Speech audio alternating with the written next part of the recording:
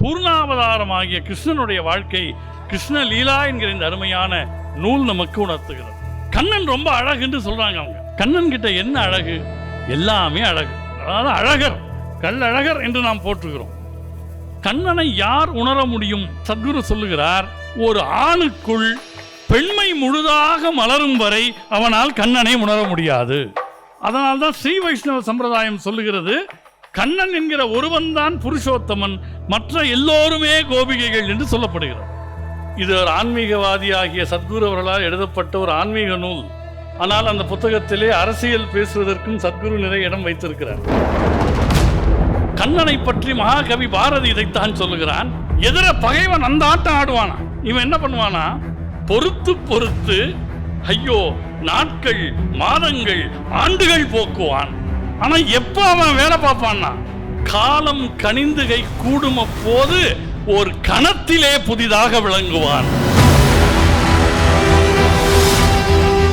ரொம்ப நுட்பமா ஒரு கேள்வி. அவன் தான் எல்லாம் தெரிஞ்சவனாச்சே, அவன் ஏன் இந்த போரை நிறுத்தவில்லை என்று கேட்கிறார். கண்ணன் பேசுகிறான், இயக்குவது கடவுள் அல்ல, அவரவர் செய்த கர்மவினை.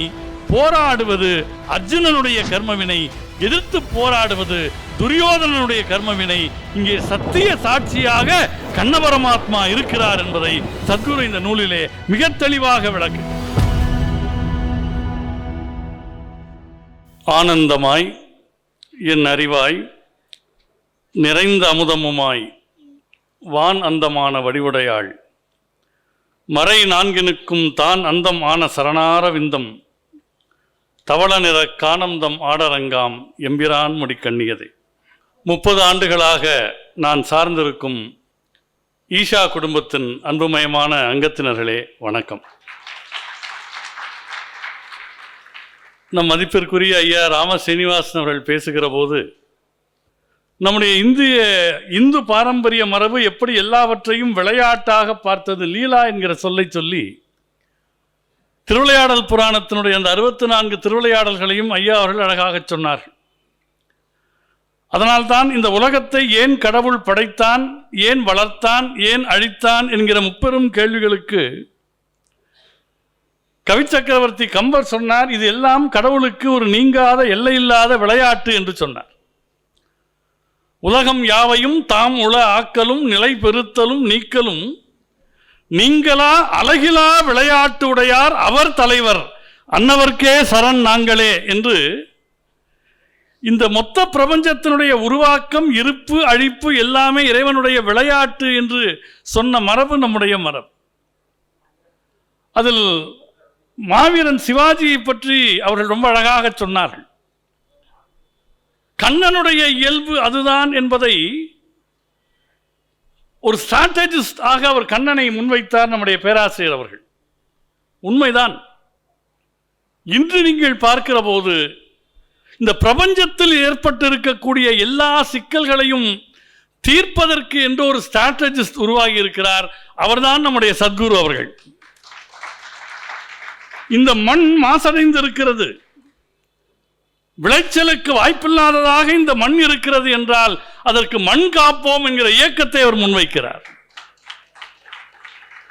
மழை நீரை தக்க வைத்துக் கொள்ளாத ஒரு சூழல் உருவாகிறது என்றால் அதற்கு மரம் சார்ந்த விவசாயம், காவிரி தொடங்கி நதிகளில் எல்லாம் நீரை பிடித்து வைக்கும் என்பதற்காக காவேரி கூக்குரல் என்கிற ஒரு அமைப்பை அவர் உருவாக்குகிறார். நீங்கள் சொன்னீர்களே, ரொம்ப அருமையான ஒரு வார்த்தை சொன்னீர்கள். பக்தர்கள் அவர்களுடைய பராமரிப்பிலே ஆலயங்கள் இருக்க வேண்டும் என்கிற கோட்பாட்டில் சத்குரு அவர்கள் கோயில் அடிமை நிறுத்து என்கிற ஒரு இயக்கத்தை தொடங்கினார். எனவே இருக்கிற குறைபாடுகளை குறைபாடுகளாக மட்டும் காட்டாமல் அதற்கு என்னென்ன தீர்வுகள் என்று சொல்லுகிற இந்த பிரபஞ்சம் முழுமைக்குமான ஸ்ட்ராட்டஜிஸ்ட் ஆகிய சத்குரு ஒரு பிரபஞ்ச ஸ்ட்ராட்டஜிஸ்ட் ஆகிய கண்ணனை பற்றி எழுதிய நூல் கிருஷ்ணலீலா என்கிற இந்த அருமையான புத்தகம். இதிலே நீங்கள் சொன்ன போது எனக்கு ரொம்ப மகிழ்ச்சியாக இருந்தது. மாவீரன் சிவாஜியை பற்றி சொன்னீர்கள். அவனுக்கு பகை வந்த போது கூட பகையை பார்த்து இவன் பயந்து விட்டானோ என்று கருதுகிற அளவிற்கு அவன் அமைதி காத்தான். கண்ணனை பற்றி மகாகவி பாரதி இதைத்தான் சொல்லுகிறான். பகைமை முற்றி முதிர்ந்திடும் மட்டிலும் பார்த்திருப்பதல்லால் ஒன்றும் செய்திடான். எதிர பகைவன் அந்த ஆட்டம் ஆடுவானா, இவன் என்ன பண்ணுவானா, நகை புரிந்து பொறுத்து பொறுத்து ஐயோ நாட்கள் மாதங்கள் ஆண்டுகள் போக்குவான். ஆனா எப்ப அவன் வேலை பார்ப்பான்னா, காலம் கனிந்து கை கூடும் அப்போது ஒரு கணத்திலே புதிதாக விளங்குவான். சக்கரத்தை எடுப்பது ஒரு கணம், தருமம் பாரில் தழைத்தல் மறுகணம், இக்கணத்தில் இடைக்கணம் ஒன்றுண்டோ இதனுள்ளே பகை முடித்திட வல்லன்கான் என்று பாரதி கண்ணனை பற்றி எழுதுகிறார். சத்குரு அவர்கள் இந்த நூலிலே கண்ணன் என்கிற ஒரு முழுமையான வாழ்க்கை நிலையை பற்றி பல அற்புதங்களை சொல்லுகிறார். அதில் ஒரே விஷயம், இப்ப சத்குருவே உள்ள இருக்கிறார்னா அவர் தன்னுடைய தோற்றத்தை how he carries himself என்பது எல்லோரும் பார்த்து வியக்கிற அம்சம். ஒரு யோகி, ஒரு கிரகஸ்த யோகி, தன்னை உணர்ந்த ஒரு ஞானி தன்னை எப்படி வெளிப்படுத்திக் கொள்ளுகிறார் என்பதை கண்ணனோடு ஒப்பிட்டு நாம் பார்க்கிறோமோ இல்லையோ, சத்குரு ஒரு காரணத்தை சொல்லுகிறார். நீங்கள் வாழ்க்கையை உண்மையிலேயே நேசித்தால் உங்களை எப்போதும் உன்னதமாக வெளிப்படுத்திக் கொள்வதில் கவனமாக இருப்பீர்கள். அது ரொம்ப அழகா ஒன்று சொல்றார். நான் கூட பார்த்துருக்கேன். நம்ம ஆட்கள்லாம் லீவ் வேணும்னு கேட்பாங்க. இந்த பண்டிகை காலத்தில் வரிசையாக ஒரு 3-4 நாள் லீவ் விடுவாங்க. ஒரு அரை நாளுக்கு மேல அந்த லீவை வச்சுக்கிட்டு என்ன பண்றதுன்னு ஆட்களுக்கு தெரியாது. இல்லாட்டி அந்த லீவ்ல தன்னை வச்சுக்கிட்டு என்ன பண்றதுன்னு தெரியாது. இப்படியே இந்த ரீல்ஸை பார்த்து அப்படியே விழுந்து கடந்து தூங்கி எந்திரிச்சு எப்போ தூங்கணும். அதாவது ஒரு மனிதனுக்கு காலத்தினுடைய பெருமையும் தெரியாது, மகிழ்ச்சியினுடைய அருமையும் தெரியாது. சத்குரு சொல்லுகிறார், மக்களால் நீண்ட நேரம் மகிழ்ச்சியை தாங்க முடிவதில்லைங்கிறார். இது ஒரு மனநோய். என்ன காரணம் என்றால், மகிழ்ச்சி என்பது அவர்கள் வாழ்க்கையில் எப்போதோ வந்து போகிற ஒரு விஷயமாக இருக்கிறது. முனைவர் குருஞானாம்பிகா பேசுகிற போது சொன்னார், சத்குரு அவர்கள் பாரிஸ் நாட்டிலே ஒரு ரயிலிலே போய்கொண்டிருக்கிறார். இருப்பவர்கள் எல்லாம் இறுக்கமாக இருக்கிறார்கள். அவர் ஒருவரையும் பார்த்து புன்னகைக்கிறார், மனம் விட்டு சிரிக்கிறார். அந்த கம்பார்ட்மெண்ட்டே மகிழ்ச்சிமயமாக மாறியது என்று சொல்கிறார். இது உளவியலினுடைய ஆழமான ஒரு அம்சம். இப்போ நம்ம சிதம்பரம் பக்கத்தில் நான் கேள்விப்பட்டிருக்கிறேன், ஒரு 1930-40களில் ஹாப்பி நாராயணன் ஒருத்தர் இருந்திருக்கிறார். இப்போ கல்யாணத்துக்கு நாதஸ்வரம் ஃபிக்ஸ் பண்ணுற மாதிரி, ஒரு சமையல்காரரை ஃபிக்ஸ் பண்ணுற மாதிரி, கல்யாண வீட்டில் இந்த ஹாப்பி நாராயணனை பணம் கொடுத்து கூப்பிடுவாங்க. அவர் வேறு ஒன்றும் பண்ண மாட்டார். இப்படி ஒரு 50 பேர் உட்கார்ந்துருக்கிறாங்க, இப்படி கன்னத்தில் கை வச்சு உட்கார்ந்துருக்காங்கன்னா உடனே சில பேர் கன்னத்துலன்னு கை எடுக்கிறாங்க. அப்படி உட்கார்ந்துருக்காங்கன்னா அங்கே போய் உட்கார்ந்துட்டு கலகலன்னு சிரிக்க ஆரம்பிப்பார்.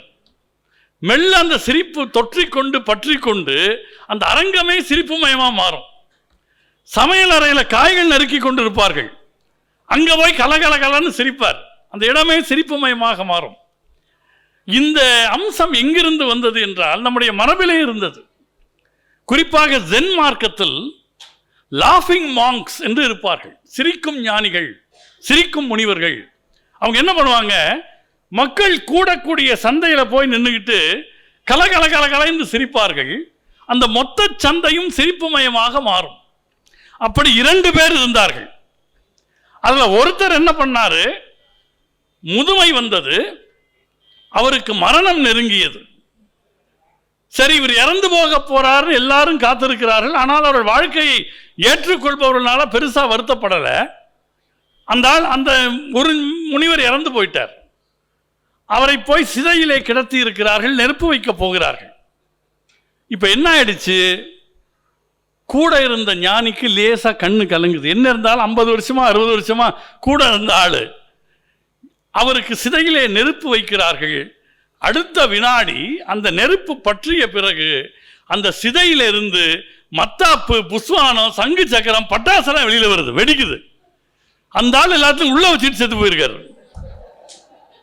தன்னை சிதையில் வைத்தால் கூட சிதையில் கூட நான் சிரிப்பேன் என்று காட்டிய மனிதர் அந்த மகத்தான ஞானி என்று ஜென் பாரம்பரியம் அவரை கொண்டாடுகிறது.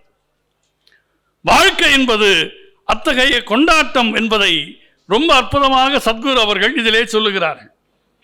இதில் உரல்ல அவரை கட்டி போடுறாங்க, யசோதை கட்டி போடுகிறார். நீங்கள் கோகுலத்துக்கு போகிறீர்கள் என்றால் நான் ஒன்றை உங்களுக்கு சொல்லுகிறேன். சைதன்ய மகாபிரபுவோட சீடர்கள் கோஸ்வாமிகள் 15ஆம் நூற்றாண்டில் கோகுலம் உட்பட கண்ணன் வாழ்ந்த இடங்களுக்கெல்லாம் போய் கண்ணனோடு சம்பந்தப்பட்ட பொருட்கள் என்ன இருக்கிறது என்று கண்டறிந்து தங்கள் ஞான திருஷ்டியால் யசோதை எந்த உரலில் கண்ணனை கட்டினாலோ அந்த உரலை கண்டுபிடித்திருக்கிறார்கள். அது இன்றைக்கும் கோகுலத்தில் பூஜைக்கு இருக்கிறது. நீங்க போனா அதை பார்க்கலாம். அந்த உரல்ல கட்டி போட்டா அதை இழுத்துக்கிட்டு போய் எல்லா பக்கமும் போறான். எதுக்கு போறான்னா, அவன் வெண்ணெய் திருடி தின்னதை எந்தெந்த கோபிகையெல்லாம் காட்டி கொடுத்தாலோ அவங்க வீட்டெல்லாம் இடிச்சு தள்ளுறதுக்கு போறான். அவன் பாட்டுக்கு உள்ள போவான், உரல் போய் இடிக்கும். அப்போதுதான் 2 மருத மரங்கள் விழுந்தன. சகடாசுரன் என்கிற அரக்கன் அப்பதான் விழுந்தான். அது வில்லிபுத்தூரார் ரொம்ப அழகா சொல்லுவார். அது நல்ல காட்சி. நீங்க பாண்டவர்கள் ஒவ்வொருத்தங்கிட்டயா போய் கண்ணன் கேட்பான், நான் தூது போவா வேண்டாமா அப்படின்னு. தர்மன் சொல்லுவான், நீ போய் 5 நாடு கேள், இல்லாட்டி 5 ஊரு கேள், 5 வீடு கேள், இல்லாட்டி வேணா சண்டையை கேளும்பான். ஒவ்வொருத்தனும் ஒவ்வொன்றை சொல்லி அனுப்புவான். ஆனால் சகாதேவன்கிட்ட போய் கேட்பான் கடைசியா, சகாதேவா நீ என்ன சொல்ற, நான் போட்டுமா, தூது போட்டுமா அப்படின்னு. ரொம்ப அழகாக சகாதேவன் சொல்லுவான், நீ போனா எனக்கு என்ன, போகாட்டி எனக்கு என்னம்பான். என்னடா இப்படி சொல்ற, நம்மளை எதிர்த்து நிற்கிறானே துரியோதனன், அவன் உங்களுக்கெல்லாம் நாடு கொடுக்கணுமா வேண்டாமா, அவன் கொடுத்தா எனக்கு என்ன, கொடுக்காட்டி எனக்கு என்னம்பான். ஏன் இப்படி பேசுறியே, உன்னுடைய மனைவி பாஞ்சாலி கூந்தலை விரிச்சு போட்டிருக்கா, துர்ச்சாதனன் ரத்தத்தை தடவாம நான் சாக மாட்டேன்னு கூந்தலை முடிக்க மாட்டேன்னு சொல்லியிருக்கா, அவள் கூந்தலை முடிக்கணுமா வேண்டாமா, அவள் கூந்தலை முடிச்சா எனக்கு என்ன, முடிக்காட்டி எனக்கு என்னம்பான். என்னடா இப்படி சொல்ற அவன் சொல்லலாம், கண்ணா நீ என்னமோ எங்க 5 பேர்கிட்ட கேட்டு தான் முடிவு பண்ண போறியா, எங்க அண்ணன் 4 பேரும் பைத்தியக்காரன், நீ நிஜமா கேட்கதான் நினைச்சிட்டு பதில் சொல்லிட்டு இருக்கான். எது எது எங்கெங்க எப்பப்ப முடியும்னு உனக்கு தெரியும், அதை நீ முடிவு பண்ணிட்டேன்னு எனக்கு தெரியும். முருகவிழ்க்கும் பசுந்துளப முடியானே, அன்று அழகை முளைப்பால் உண்டு மருதிடை சென்று உயர் சகடம் விழ உதைத்து பொதுவர் மனை வளர்ந்த மாலே, ஒருவருக்கும் தெரியாது இங்கு உன் மாயை நான் அறிவேன், உண்மையாக திருவுளத்து கருத்ததுவோ அது எனக்கும் கருத்தென்றான் தெய்வமன்னான் என்று வில்லிபுத்தூரார் எழுதி காட்டுகிறார். அர்ஜுனனுக்கும் கண்ணனுக்கும் இருக்கிற உறவை பற்றி சத்குரு இந்த புத்தகத்தில் ரொம்ப அருமையா ஒன்றை சொல்லுகிறார். அர்ஜுனன் கிருஷ்ணனை ஒரு ஒன்றுவிட்ட சகோதரனாக பார்த்தான், ஒன்றுவிட்ட உறவினனாக பார்த்தான், குருவாக பார்த்தான், கடவுளாக பார்த்தான், பல்வேறு கோணங்களில் பார்த்தான். சத்குரு சொல்லுகிற இந்த விஷயம் நமக்கு புரியணும்னா நீங்க பாரதியாருடைய கண்ணன் பாட்டு படிக்கணும். கண்ணன் என் தோழன், கண்ணன் என் குரு, கண்ணன் என் சீடன், கண்ணன் என் அடிமை, கண்ணன் என் ஆண்டான், கண்ணன் என் அரசன்னு இவ்வளவு கோணங்களில் எழுதப்பட்டிருக்கும். ஒரு தோழன் அர்ஜுனனுடைய பார்வையிலிருந்து சத்குரு சொல்ற மாதிரி பாரதி அன்றைக்கு எழுதியிருப்பான். அவன் எப்படி பண்ணுவான், ஒரு ஃப்ரெண்டுன்னா யாருன்னு சொல்றான். கேட்ட பொழுதில் பொருள் கொடுப்பான், சொல்லும் கேலிகள் பொறுத்திடுவான். இப்போ உங்கள் ஃப்ரெண்டுக்கிட்டலாம் ஃபோன் பண்ணி ஏதாச்சும் கடன் கேட்டு பாருங்க, அவனே ஃபோன் எடுத்து இந்த சந்தாதாரர் உபயோகத்தில் இல்லைன்ட்டு வச்சிருவான். அது ரெக்கார்டர் வெர்ஷனில் அவனோட வெர்ஷன். ஏன்னா இந்த சந்தாதாரர் உனக்கு உபயோகமாக இல்லைன்னு அர்த்தம். ஆனால் கேட்ட பொழுதில் பொருள் கொடுப்பான், சொல்லும் கேளிகள் பொறுத்திடுவான், என்னை ஆட்டங்கள் ஆடியும் பாட்டுகள் பாடியும் ஆறுதல் செய்திடுவான், என் நாட்டத்தில் கொண்ட குறிப்பிது என்று நான் சொல்லும் முன்புணர்வான், அன்பர் கூட்டத்திலே இந்த கண்ணனைப் போல் அன்பு கொண்டவர் வேறுளரோ என்று பாரதி எழுதி காட்டிய அந்த பகுதி சத்குரு அவர்கள் எழுதியிருக்கிற இந்த இடத்துல எனக்கு ஞாபகம் வந்தது. சத்குரு அவர்கள் கண்ணனை எப்படி இனிமைமயமானவனாக இந்த உலகம் பார்த்தது என்பதற்கு மதுராஷ்டகத்தை மேற்கோள் காட்டியிருக்கிறார். மதுராஷ்டகம் என்ன சொல்லுகிறது, சத்குரு சொல்லுகிறார், கண்ணனுடைய இதழ்கள் இனியவை, கண்கள் இனியவை, குழல் இனியது, காது இனியது. அதை தமிழில் எழுதியவர்கள் என்ன செய்தார்கள் என்றால் அதை அழகு என்று சொன்னார். அதாவது அழகர், கல்லழகர் என்று நாம் போற்றுகிறோம். அவனுடைய அழகை மதுராஷ்டகத்தை சத்குரு சொன்னபோது, அதை நான் படித்த போது எனக்கு ஆண்டாள் நாச்சியார் ஞாபகத்துக்கு வந்தார். கண்ணன் ரொம்ப அழகுன்னு சொல்கிறாங்க அவங்க. கண்ணன் கிட்ட என்ன அழகு? எல்லாமே அழகு. சும்மா எல்லாமே அழகுன்னு சொல்லிட்டாச்சா? கூட இருக்கிற தோழிகளை பார்த்து ஆண்டாள் நாச்சியார் சொல்லுகிறார், எழிலுடைய அம்மனை மீர் என் அரங்கத்து இன்னமுதர் குழலழகர், வாயழகர், கண்ணழகர், கொப்பூடில் எழுகமல பூவழகர் எம்மானார் என்னுடைய கடல் வளையை தானும் தான் கடல் வளையே ஆக்கினரே என்று ஆண்டாள் பாடுவதாக மதுராஷ்டகத்துக்கு இணையான ஒரு பகுதியாக தமிழிலே ஆண்டாள் நாச்சியார் அருளியிருப்பதை நாம் பார்க்கிறோம். அதில் ராதை சொல்லுகிறாள், அதாவது எல்லாருக்கும் கண்ணன் ராதையை பிரிந்திருப்பதாக நினைப்பு. கண்ணனுக்கு சத்குரு எழுதுகிறார், எங்கே ராதை உன்னை பார்க்க வரலையான்னு போய் கேட்குறாங்களாம். யார் சொன்னார் ராதை கண்ணன் இல்லைன்னு? இந்த பாறையை பாரு கண்ணன், இந்த பச்சை மரத்தை பாரு கண்ணன், எங்கு பார்த்தாலும் அவளுக்கு கண்ணன் தெரிகிறான். ரொம்ப அழகாக சத்குரு அந்த காட்சியை விவரிக்கிறார். எட்டர்னலி எப்போ பார்த்தாலும் கண்ணனுடைய இருப்பிலே ராதை இருக்கிறார். இது புதுசாக கல்யாணம் ஆனவங்களுக்கு தெரியும். நான் சொன்ன புதுசாக கல்யாணம் ஆனவங்களுக்கு, 5-10 வருஷம் ஆனவங்களுக்கெல்லாம் தெரியாது. இது வந்து போகிற விஷயம் அல்ல, காலம் முழுக்க ராதைக்கு இருந்தது என்பதை சத்குரு ரொம்ப அழகாக இதில் பதிவு செய்கிறார். அதனால்தான் ராதைக்கும் கண்ணனுக்கும் பிரிவு என்ற நிலையே இல்லை. நான் வேற ஒரு புத்தகம் எழுதியிருக்கேன், அதில் பாரதி சொல்கிறத கோட் பண்ணியிருக்கேன். ஒரு பெரிய ஞானி இடத்திலே கேட்டார்கள், பாகவதத்தில் ரொம்ப பின்னால் தான் ராதை பற்றிய ரெஃபரன்ஸ் வருது, அப்போ ராதை என்பது ஒரு கற்பனை பாத்திரமானு கேட்டபோது அந்த ஞானி சொன்னார், அப்படி அல்ல, Radha she was so closely identified with Krishna, தன்னை முழுக்க முழுக்க அவள் கண்ணனோடு அடையாளப்படுத்தி கொண்டதால் அவளை பிரித்து பார்ப்பதற்கு யாருக்கும் ரொம்ப காலமாச்சுன்னாங்க. அதை பாரதி எழுதுகிறான், அந்நியமாக நம்முள் எண்ணுவதில்லை, ஆவி ஒன்றாய் கலந்த பின்னேன்னு ராதை சொல்லுவதாக எழுதுகிறார். இதில் ரொம்ப முக்கியமான இடம், கண்ணனை யார் உணர முடியும்? இப்போ நாம் ஒரு ஆண்கள், பெண்கள், திருநங்கையர் என்று சில பேதங்கள் வைத்திருக்கிறோம். ஆனால் சத்குரு சொல்லுகிறார், ஒரு ஆணுக்குள் பெண்மை முழுதாக மலரும் வரை அவனால் கண்ணனை உணர முடியாது. அதனால்தான் ஸ்ரீ வைஷ்ணவ சம்பிரதாயம் சொல்லுகிறது, கண்ணன் என்கிற ஒருவன்தான் புருஷோத்தமன், மற்ற எல்லோருமே கோபிகைகள் என்று சொல்லப்படுகிறது. நாம் பிறப்பிலே ஆணாக இருக்கலாம். அதைத்தான் இந்த கோபீஸ்வரர் அப்படின்னு சிவபெருமானுடைய ஆலயத்தை பற்றி அவங்க சொன்னார்களே, அது யமுனா நதிக்கரையிலே இருக்கக்கூடியது.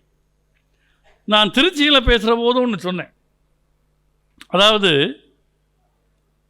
குருவை பற்றி ஒன்று சொல்லுகிறார். குரு ஒரு திரவத்தை கொடுத்து குடி என்று சொன்னால் அது என்னவா இருந்தாலும் குடிச்சிடணும், அதுதான் ஒரு சிஷ்யனுக்கு அழகுன்னார். நான் இந்த சம்பவத்தை திருச்சியில் இதே புத்த அறிமுக விழாவில் நான் சொன்னேன். என்னென்னா, நான் சொல்கிறது 27-28 வருஷம் முன்னால், அதில் ரொம்ப ஆண்டுகளாக இருக்கிற நம்ம வள்ளி மாமா இருக்கிறவங்களுக்கெல்லாம் தெரியும். ஒருத்தர் ரொம்ப தீவிரமாக நம்ம ஈஷாவில் ஒருத்தர் உறுப்பினராக இருந்தார். அவர் என்ன பண்ணுவார்னா, அவருக்கு தீராத வயிற்று வலி இருந்தது. ஒரு நாள் சத்குரு உட்கார்ந்துருக்குறாங்க, அவர் கையில் விளக்கிலே போடுவதற்கான எண்ணெய் எடுத்துக்கிட்டு வர்றார். அவர் பேரை நான் சொல்ல விரும்பலை, அது தேவையா பர்சனல் விஷயங்கிறதுனால. ஒருத்தர் வச்சுக்கோங்க, அவர்கிட்ட அந்த எண்ணெயை குடிங்க அப்படின்னார் சத்குரு. அவர் அப்போல்லாம் அவர் பேரை சொல்லி கூப்பிட்ற டைம், இது விளக்கில் போடுற எண்ணெய்ங்க, அதை குடிங்க. அவர் சத்குருக்கு அது புரியல, இது விளக்கில் போடுற எண்ணெய்ங்க, அதை குடிங்கன்னு. ஸோ இது எப்படி இதை இது விளக்கு, ஓ மிஸ் பண்ணிட்டீங்களே அப்படின்னார் சத்குரு. சத்குரு சொன்ன அடுத்த வார்த்தை, அடடா மிஸ் பண்ணிட்டீங்களே.